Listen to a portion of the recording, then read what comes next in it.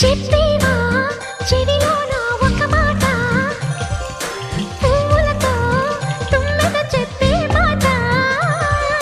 నీ చిరునవ్వు సాక్షిగా తాజ్ మహల్ నాడట, నీ పెదవంచు సాక్షిగా షాజహాను నేనట. నీ తీయని ప్రేమకి నా పెదవే నజరానా, నీ పైటకి నేనిక బానిసలే నెరజానా.